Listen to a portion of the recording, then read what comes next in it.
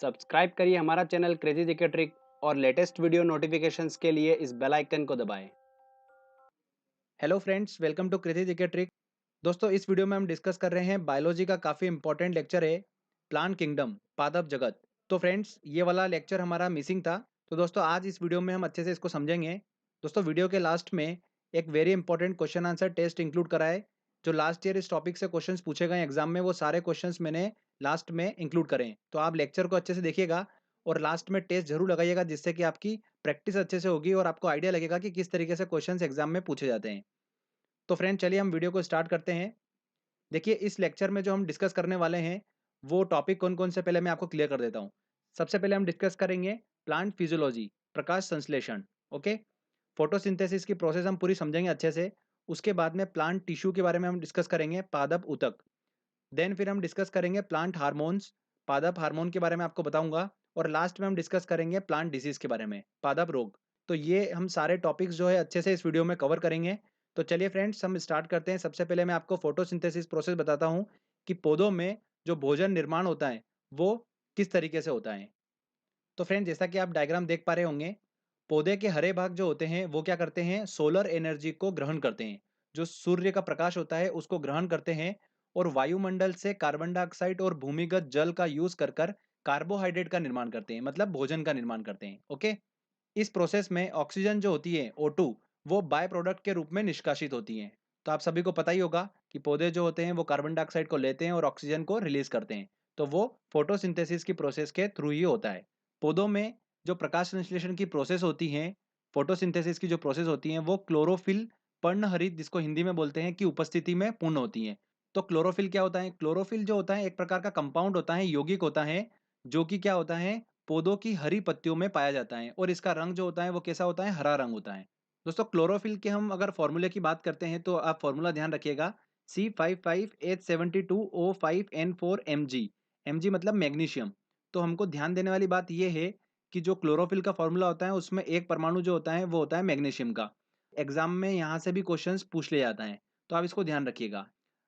अब देखिए फ्रेंड, जैसा कि हमारा मनुष्य का शरीर होता है वो कोशिकाओं से मिलकर बना होता है, आप सभी को बताया मैंने। वैसे ही पेड़ पौधों का जो शरीर होता है वो भी कोशिकाओं से मिलकर बना होता है, ओके? और पौधों की जिन कोशिकाओं में क्लोरोफिल पाया जाता है, ये पर्णहरित उपस्थित होता है, वही प्रकाश संश्लेषण प्रक्रिया में भाग लेती है। तो आपको ये क्लियर हुआ? आगे देखिए, क्लोरोफिल जो होता है वो सूर्य के प्रकाश में उपस्थित लाल रंग को सबसे ज्यादा अवशोषित करता है। सूर्य के प्रकाश में अलग-अलग रंग होते हैं, उसमें लाल रंग को जो है वो क्लोरोफिल सबसे ज़्यादा अवशोषित करता है। तो आईएएस एग्ज़ाम में क्वेश्चन पूछा गया था ये, तो आपको इसको ध्यान रखना है, काफ़ी इंपॉर्टेंट है। अगर हम बात करें अवशोषण क्षमता की, तो लाल रंग सबसे अधिक अवशोषित होता है, उसके बाद में नीला रंग, देन फिर बैंगनी रंग। जो फोटोसिंथेसिस की प्रोसेस होती है, ये ऑक्सीडेशन रिडक्शन प्रोसेस होती हैं। उपचयन अपचयन प्रोसेस कहलाती हैं। जल जो होता है उसका ऑक्सीडेशन होता है, उपचयन होता है ऑक्सीजन में, और जो कार्बन डाइऑक्साइड होती है CO2, उसका रिडक्शन होता है शर्करा में, C6H12O6 में। तो दोस्तों, जो फोटोसिंथेसिस प्रोसेस होती है, प्रकाश संश्लेषण प्रोसेस होती है, इसके अंदर प्रकाश ऊर्जा जो है वो काय में कन्वर्ट हो रही है, रासायनिक ऊर्जा में कन्वर्ट हो रही है। तो यहाँ से भी क्वेश्चंस बनाए। ये मैंने आपको बताया कि पौधे जो होते हैं वो भोजन का निर्माण कैसे करते हैं, प्रकाश संश्लेषण प्रोसेस के थ्रू वो भोजन का निर्माण करते हैं। ये हमने अच्छे से समझ लिया है। चलिए दोस्तों, अब हम बात करते हैं प्लांट टिश्यू के बारे में, पादप ऊतक के बारे में। तो सबसे पहले हम डिस्कस करते हैं टिश्यू क्या होता है, ऊतक क्या होता है। तो जैसा कि मैंने पहले बताया था आपको, ग्रुप ऑफ सेल्स होता है, ग्रुप ऑफ कोशिका होती हैं, जिनका कार्य और उत्पत्ति समान होती है, वो क्या कहलाते हैं, टिश्यू कहलाते हैं, ऊतक कहलाते हैं, ओके? तो ऊतक के अध्ययन को क्या बोलते हैं, ये भी आप ध्यान रखिएगा, हिस्टोलॉजी बोलते हैं ऊतक के अध्ययन को। ये भी एग्जाम में पूछा जा सकता है। तो हम प्लांट टिश्यू की बात करते हैं, तो बेसिकली प्लांट टिश्यू जो होते हैं, पादप ऊतक जो होते हैं, वो दो प्रकार के होते हैं। पहला होता है मेरिस्मेटिक टिश्यू और सेकंड होता है परमानेंट टिश्यू। अगर हम मेरिस्मेटिक टिश्यू की बात करते हैं, तो ये टिश्यू जो होता है प्लांट के अंगों की वृद्धि के लिए रिस्पॉन्सिबल होता है। कौन सा वाला? मेरिस्मेटिक टिश्यू जो होता है वो प्लांट के अंगों की वृद्धि के लिए रिस्पॉन्सिबल होता है, ओके दोस्तों? अगर हम परमानेंट टिश्यू की बात करते हैं, तो देखिए, परमानेंट टिश्यू दो टाइप के होते हैं, एक होता है सिंपल टिश्यू और कॉम्प्लेक्स टिश्यू। एग्जाम में क्या पूछने वाले हैं वो मैं आपको जस्ट अभी बताने वाला हूँ कि कहाँ से क्वेश्चंस बनते हैं। सिंपल टिश्यू का काम क्या होगा, भोजन निर्माण करने का। कॉम्प्लेक्स टिश्यू का काम क्या होता है, जो भोजन निर्माण हो गया है उसको प्लांट के अलग अलग अंगों तक भेजने का काम होता है। तो सिंपल टिश्यू मैंने आपको बताया क्या काम होता है, इसका क्या फंक्शन होता है, भोजन का निर्माण करना और यांत्रिक सहायता प्रदान करना। और दोस्तों कॉम्प्लेक्स टिश्यू में क्या होता है, इसका काम क्या होता है, जल और खाद्य पदार्थों का पौधे के अन्य अंगों में संवहन करने का काम होता है कॉम्प्लेक्स टिश्यू का, जैसा कि मैंने आपको बताया। अब जो कॉम्प्लेक्स टिश्यू होते हैं वो दो टाइप के होते हैं।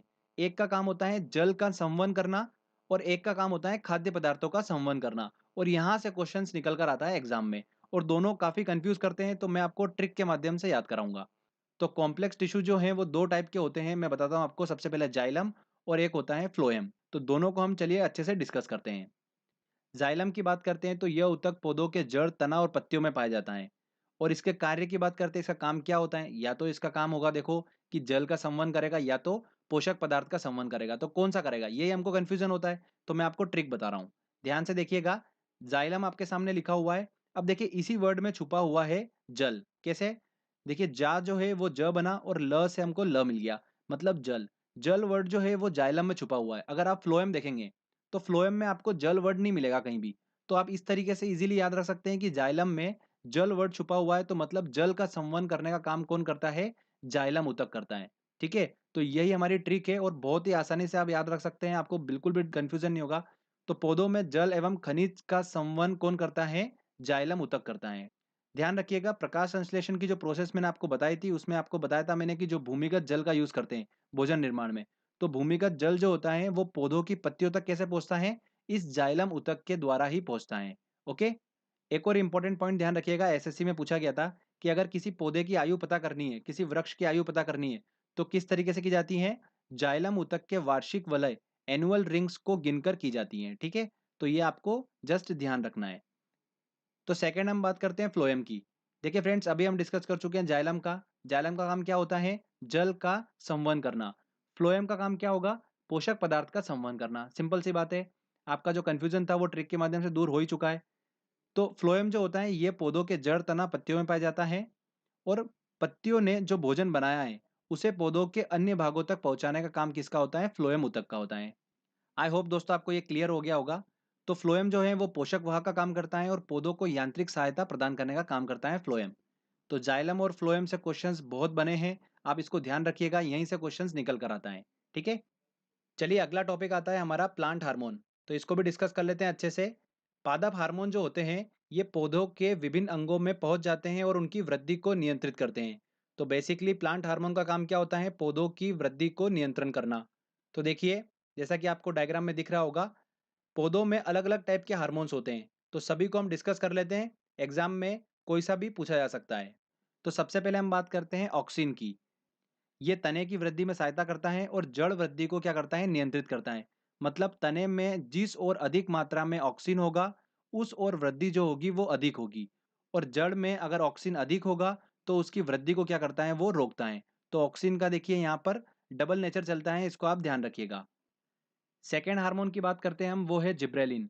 तो यह भी तने की वृद्धि के लिए सहायता करता है और बोने पौधों को लंबा करने का काम किसका होता है, जिब्रेलिन हार्मोन का होता है। थर्ड आता है हमारा साइटोकाइनिन। तो यहाँ से देखिए क्वेश्चंस बहुत बने हैं साइटोकाइनिन से। तो साइटोकाइनिन की बात करते हैं तो कोशिका विभाजन के लिए रिस्पॉन्सिबल होता है कौन, साइटोकाइनिन। देखिए चौथे नंबर का आता है हमारा एथिलीन। एथिलीन का काम क्या होता है, ये एकमात्र ऐसा हार्मोन है जो गैसीय अवस्था में होता है और फलों को पकाने में सहायक होता है। तो केमिस्ट्री वाले वीडियो में हमने डिस्कस करा था एथिलीन, आप सभी को याद भी होगा, फलों को पकाने में यूज करते हैं इसको। लास्ट में आता है दोस्तों फ्लोरिजेंस। फ्लोरिजेंस जो हार्मोन होता है इसको फूल खिलाने वाला हार्मोन भी बोलते हैं, जो कि फूलों को खिलने में मदद करता है ये हार्मोन, फ्लोरिजेंस। प्लांट हार्मोन की बात करते हैं तो आपको ध्यान रखना है ऑक्सिन, जिब्रेलिन, साइटोकाइनिन, एथिलीन और फ्लोरिजेंस। तो ये 5 बहुत इंपॉर्टेंट है। बस आपको इनके नाम भी अगर आप याद रख लेंगे तो भी आपका एग्जाम में काम हो जाएगा। तो चलिए अब हम बात करते हैं प्लांट डिसीज के बारे में, पादप रोग के बारे में। यहाँ से भी एग्जाम में काफ़ी क्वेश्चंस पूछते हैं। तो मैंने कुछ सिलेक्टेड डिसीज निकाली है जो बहुत इंपॉर्टेंट है आपके एग्जाम के हिसाब से, तो आप उसको ध्यान रखिएगा। देखिए सबसे पहले हम बात कर लेते हैं कि पादप रोग जो होता है उसका सबसे बड़ा कारण क्या होता है। उसका सबसे बड़ा कारण होता है फफूंद, कवक। जो फंगी होता है उसका सबसे बड़ा कारण होता है। पहले रोग की बात करते हैं हम, तो वो है टिक्का रोग। टिक्का रोग जो है वो किससे संबंधित है, ऐसा एग्जाम में पूछते हैं, तो आपको ध्यान रखना है मूंगफली से संबंधित है। जो मूंगफली का पौधा होता है उसकी पत्तियों पर काले काले डॉट डॉट यहाँ पर निशान देखने को मिलते हैं टिक्का रोग में। सेकंड आता है हमारा खेरा रोग। खेरा रोग जो है ये किससे संबंधित है, धान से संबंधित है, राई से संबंधित है। तो धान का एक प्रमुख रोग है ये खेरा रोग, जो जस्ते की कमी के कारण होता है। जिंक की कमी के कारण कौन सा रोग होता है धान में, खेरा रोग हो जाता है। थर्ड नंबर पे दोस्तों आता है हमारा ब्लैक हार्ट रोग। ब्लैक हार्ट रोग जो है ये आलू में होता है। जब आलू का भंडारण करते हैं तो जब उसमें ऑक्सीजन की कमी हो जाती है तब आलू में कौन सा रोग हो जाता है? ब्लैक हार्ट रोग हो जाता है। ब्लैक ब्लैक निशान उसमें आने लगते हैं, जैसा कि आपको डायग्राम में दिख रहा होगा। फोर्थ नंबर का आता है हमारा मार्श रोग। मार्श रोग जो है ये मटर में होने वाला रोग है, जो कि मैग्नीज की कमी के कारण होता है। किसकी कमी के कारण होता है? मैग्नीज की। तो ध्यान रखिएगा, मार्श रोग जो है वो संबंधित है मटर में होने वाला रोग। अगला बात करते हैं हम व्हाइट बर्ड रोग की। ये भी बहुत इंपॉर्टेंट है, यहाँ से भी एग्जाम में क्वेश्चन देखा गया है। व्हाइट बर्ड रोग जो होता है ये मक्का में होने वाला रोग है, जो कि जिंक की कमी के कारण होता है। किसकी कमी के कारण होता है? जिंक की कमी के कारण। जिंक की कमी से मक्का में सफेद कली बनती है, जिस वजह से इसे क्या बोलते हैं? सफेद कली नामक रोग भी बोलते हैं, व्हाइट बर्ड रोग। अगला आता है दोस्तों हमारा येलो वेन मोजेक रोग। तो येलो वेन मोजेक रोग जो है ये 2016 में यूपीपीसीएस में क्वेश्चन पूछा गया, मतलब पिछले साल का क्वेश्चन है ये। तो काफ़ी इंपॉर्टेंट है, ध्यान रखिएगा।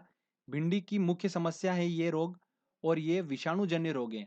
सफ़ेद मक्खी जो होती हैं वो इस विषाणु का वाहक होती हैं। तो ये ध्यान रखना है, येलो वेन मोजेक रोग जो है ये भिंडी की प्रमुख समस्या है। चलिए अगला आता है दोस्तों हमारा ब्लैक रस्ट रोग और वाइट रस्ट रोग। तो स्टूडेंट्स को यहाँ पर काफ़ी कन्फ्यूजन होता है। चलिए हम इसको क्लियर कर लेते हैं। ब्लैक रस्ट रोग जो होता है ये रोग गेहूं से संबंधित है, और गेहूं की गुणवत्ता को क्या कर देता है? ये कम कर देता है। जैसा कि आप डायग्राम में देख पा रहे होंगे। दो और हमको ध्यान रखना है गेहूं से संबंधित, कौन कौन से? एक करनाल बंट रोग और टिंडू रोग। ये दोनों जो रोग होते हैं ये गेहूं से संबंधित हैं। अब बात करते हैं हम व्हाइट रस्ट रोग की। तो फ्रेंड्स व्हाइट रस्ट रोग जो है ये सरसों का एक प्रमुख रोग है। यह एक कवक जनित रोग है जो कि सिस्टोपस कवक द्वारा फैलता है। ओके, तो जैसा कि डायग्राम में आपको दिख रहा होगा, सरसों का एक प्रमुख रोग है व्हाइट रस्ट रोग। तो फ्रेंड्स ये दोनों आपको कंफ्यूजन क्लियर हुआ होगा। ब्लैक रस्ट रोग जो है वो गेहूं से संबंधित है, व्हाइट रस्ट रोग जो है वो सरसों से संबंधित है। ठीक है, आगे देखिए दो और हम डिस्कस कर लेते हैं जल्दी से। लाल सड़न रोग जो कि गन्ने से संबंधित है। कवक के कारण ये रोग होता है, और रोग के कारण जो होता है गन्ने के तने और पत्तियों में लाल धारियां देखने को मिलती हैं। लास्ट में देखिए हम डिस्कस कर रहे हैं इरगॉट रोग, जो कि बाजरे से संबंधित है। ये भी कवक के कारण होता है। तो फ्रेंड्स ये जितने भी मैंने आपको प्लांट डिसीज बताई है ये मोस्ट इंपॉर्टेंट है। एग्जाम्स में इनसे क्वेश्चंस बने हुए हैं लास्ट ईयर, तो आप ध्यान रखिएगा। ये तो एटलीस्ट आपको आना ही चाहिए। ओके, इसके अलावा बहुत सारी ये बुक्स में आपको मिल जाएगी, आप वो देख सकते हैं। बट आपको ये तो मोस्ट इंपॉर्टेंट है, आना ही चाहिए। तो फ्रेंड्स यहाँ पर देखिए हमारा ये थ्योरी सेक्शन कंप्लीट होता है। चलिए दोस्तों, अब हमने जो स्टडी करी अच्छे से, एक बार टेस्ट लगाते हैं और देखते हैं कि हम कितने क्वेश्चन सॉल्व कर पा रहे हैं। लास्ट ईयर जितने भी क्वेश्चंस एग्जाम में इस टॉपिक से पूछे हैं वो टेस्ट में इंक्लूड करे हैं। तो चलिए दोस्तों हम टेस्ट की ओर चलते हैं। देखिए दोस्तों हमारा पहला क्वेश्चन है, पादप रोगों का सबसे उत्तरदायी कारक कौन है? क्या कारण होता है? फफूंद। कवक जो होता है सबसे ज्यादा कारण होता है पादप रोगों का। तो ध्यान रखिएगा, मैं बता चुका हूं आपको। सेकंड क्वेश्चन है, टिक्का रोग किस फसल से संबंधित है? तो टिक्का रोग जो है वो संबंधित है मूंगफली से। नेक्स्ट है, कौन सा जीवित ऊतक उच्च वर्गीय पौधों में जैव पोषक वाहक का कार्य करता है? तो पोषक वाहक का कार्य कौन करता है? फ्लोएम करता है। तो आंसर क्या होगा? बी आंसर होगा जाइलम। तो देखिए हमारी ट्रिक थी, जल, जल इसमें छुपा हुआ वर्ड है। तो जल और खनिज का वाहक कौन होता है? जाइलम होता है। तो बस इस ट्रिक से हम आसानी से निकाल सकते हैं कि जाइलम होगा कि फ्लोएम होगा। ठीक है, चलिए अगला क्वेश्चन लेते हैं हम। एक वृक्ष की आयु का पता किसके द्वारा लगाया जाता है? तो वृक्ष की आयु का जो पता लगाया जाता है वो वार्षिक वलयों की गिनती करके पता लगाया जाता है। तो बी आंसर होगा। संवहनी पौधों में पानी ऊपर किससे जाता है? तो जड़ों से जो पानी ऊपर की तरफ जाता है वो जाता है दोस्तों जाइलम टिश्यू के थ्रू।